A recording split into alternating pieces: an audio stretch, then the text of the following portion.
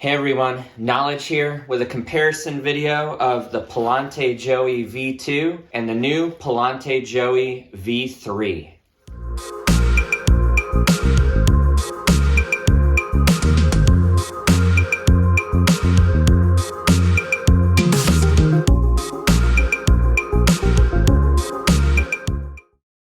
Alright, so the Palante Joey V3 just came out about a week or two ago, and I have very limited use with this pack at the moment, but I wanted to give you all a comparison between this and the Palante V2 for anybody that might be interested in purchasing this pack. Now there are a lot of similarities that you'll find between the V3 and the V2, but there are a few notable changes with this updated pack. So let's kick things off with the similarities. First off, the price. The price of the Palante Joey V3 and the Palante Joey V2 is $240. The torso length for each pack is 18 inches. Capacity for both is 24 liters, though I found the Palante Joey V2 to be a little bit larger in size, maybe closer to 28 liters. Now, the weights are going to be different for the packs that I chose. With the V2, the weight was right around 12.2 ounces, which was right in line with what Palante had on their website. And that's because I went with the Robic nylon. For the V3, I wanted to change things up. I have a lot of neutral colored packs, and I just wanted to have something that looked a little more fun. So I went with the really nice eggplant and powder blue version of the pack, which uses a little bit of Robic nylon, but most of it is going to be a grid stop nylon. And the total weight for the V3 on my scale was right around 14.5 ounces. What contributes to that, along with the fabric, is also going to be the material used with the pockets, and I'll get into that in just a little bit as well. Both packs have the running vest style shoulder straps with 4 pockets total, a couple of loops, compression straps near the top on each side, generously sized water bottle pockets on both sides, a hull loop at the top, 15 millimeter nylon webbing,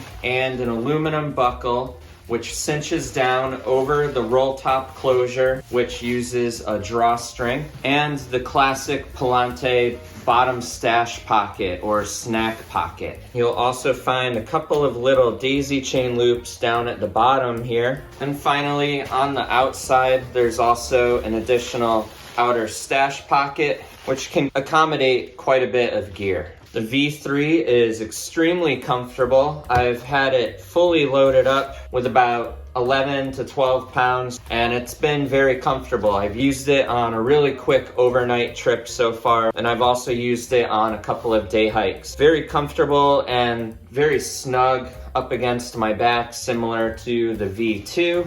So that is something that I was really happy to find with the V3 as well. Now, one of the biggest changes for the V3 is going to be all of the pockets. The choice in material, Palante has now gone with the Ultra Mesh, which you'll find featured in my Palante V2 video. This is going to have higher abrasion resistance, a little more UV resistance, a little more durability, but there is a little less stretch, and that's something that I find to be a little troubling with this pack at the moment. I don't know if Ultra Mesh is going to stretch out over time. My experience with the fabric is very limited, even with the V2, but it is a little more difficult getting bottles in and out of the V3 compared to the V2 and the Spandura mesh that they used with this pack. This is going to be a lot stretchier, so we'll see how this holds up over time and if it starts to stretch out a little bit more, making the access a little bit easier. Snack pocket has also been reduced in size a little bit compared to the slightly larger pocket on the V2. That could also be contributed to the Spandura mesh that's used with this as well. I do like having the Ultra Mesh on the bottom of the pack compared to the Spandura. I don't have a lot of issues with this tearing or shredding or pilling, but it's nice knowing that I do have that slightly extra amount of durability for when I do set the pack down. Accessing snacks and getting trash inside of this pocket is not a problem. I hadn't had any issues with that with this material change. The front outer pocket is also using that Ultra Mesh, and the shoulder strap pockets are also using the Ultra Mesh. Despite this, I still have no problems getting my phone in and out of my pocket, or smaller items in and out of my pocket as well. Very easy to access, nice and secure with these toggles here. So that's something that I was happy to see remain with this pack. Along with the changes to the pocket material with the shoulder straps have also been widened a little bit. So measuring right above the top pocket, the V3 comes in closer to 4 inches compared to the 3.5 inches with my V2. I still don't find it to be troubling at all. It's very comfortable. It helps carry the weight really well. Doesn't cause any restriction in movement. I find the shoulder strap to also have a little bit of curvature near the bottom compared to a more square shape or rectangular shape with the V2. And another change I noticed with the V3 compared to the V2 is in the sternum strap. So for some reason, I feel like the top sternum strap has been shortened a little bit. Very easy to modify. I can either take the stitching out and resew it or change the webbing on here. This is removable still, so it's not anything that's a big issue. Still snaps, but I do find it to be a little more snug across my chest. The bottom strap is still sewn into the shoulder strap, very similar to the V2, but it has also been increased in length, so there's more adjustability. This was something that I found to be really uncomfortable with the V2.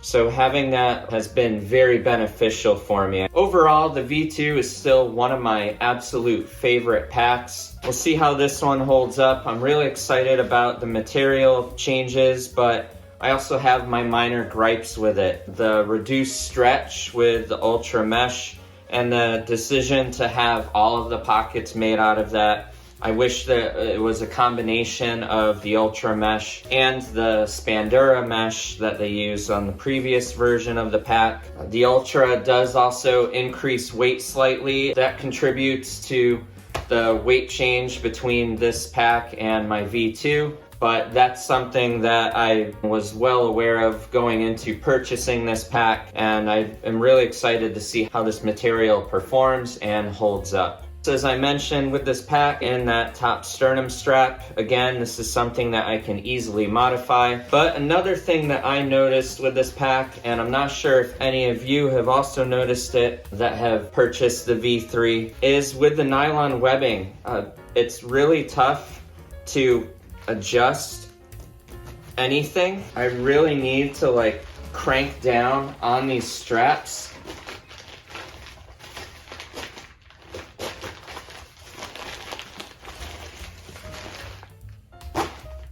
So I know that the sides of this webbing, eventually it's going to start wearing and it's going to slide a lot easier. This is something that I haven't experienced with other packs in the past. So it was a little bit of a bummer to have that experience. Manufacturing has changed with their packs now, and it would be very easy to put all of the blame on that. I'm not that type of person. I know that with changes, sometimes things need to get tweaked over time. It's a learning process. So who knows, maybe over time this will slide a little bit smoother over the buckles. But if for some reason it doesn't, this is a very easy modification that I can make, along with making the top sternum strap just a little bit longer to fit my chest a little more comfortably. But overall, I'm really happy with this pack.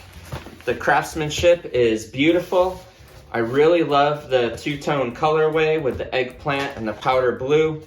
I'm excited about the Ultra Mesh pockets and seeing how they hold up, seeing if they stretch out a little bit more over time, seeing how the durability is with them, and seeing how this pack holds up throughout the entire year. But I will also be continuing to use my favorite V2, and this is still a top contender for me for this year's Allegheny 100. So that's a very brief overview and comparison of the V3 and the Palante Joey V2. I wanted to get this out there for all of you so you can make the best decision in whether or not this is the pack for you, or also answer any questions that you might have between this pack and the previous V2. I hope you found this video helpful. If you have any additional questions on these packs or anything else in my videos, feel free to ask them in a comment below, or you can contact me at reachyoursummit.net. If you found any value in this video, hit the like button. I greatly appreciate all of your time and watching these videos. I really enjoy making them for you, and I look forward to putting a lot more content out there for all of you. Until the next one, I'll see you on the trail.